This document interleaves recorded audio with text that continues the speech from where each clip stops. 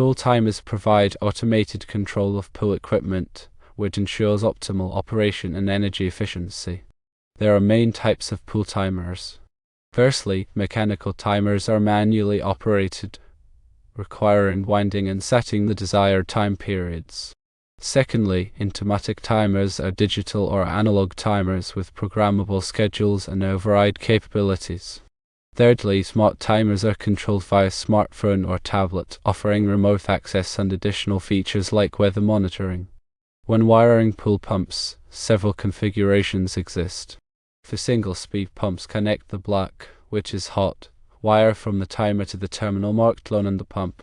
Connect the white, which is neutral, wire from the timer to the terminal marked N on the pump. Connect the green, which is ground, wire from the timer to the ground screw on the pump. Two-speed pumps are wired similarly to single-speed pumps for the high-speed connection. For the low-speed connection, connect the black, which is hot, wire from the timer to L2 terminal on the pump. Connect the white, which is neutral, wire from the timer to N2 terminal on the pump. Connect the orange, which is control, wire from the timer to C terminal on the pump. Variable speed pumps require a dedicated controller, which is wired to the timer. Follow the manufacturer's instructions for the specific controller. When wiring pool heaters, connect the black, which is hot, wire from the timer to the lone terminal on the heater. Connect the white, which is neutral, wire from the timer to the N terminal on the heater.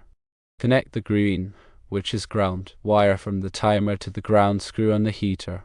Connect the blue, which is auxiliary, wire from the timer to the AUX terminal on the heater, if available. Booster pumps are typically used for additional features like fountains or waterfalls. Connect the black, which is hot, wire from the timer to the lone terminal on the booster pump. Connect the white, which is neutral, wire from the timer to the N terminal on the booster pump. Connect the green, which is ground, wire from the timer to the ground screw on the booster pump. Several important considerations should be kept in mind. Use weatherproof wire nuts or connectors.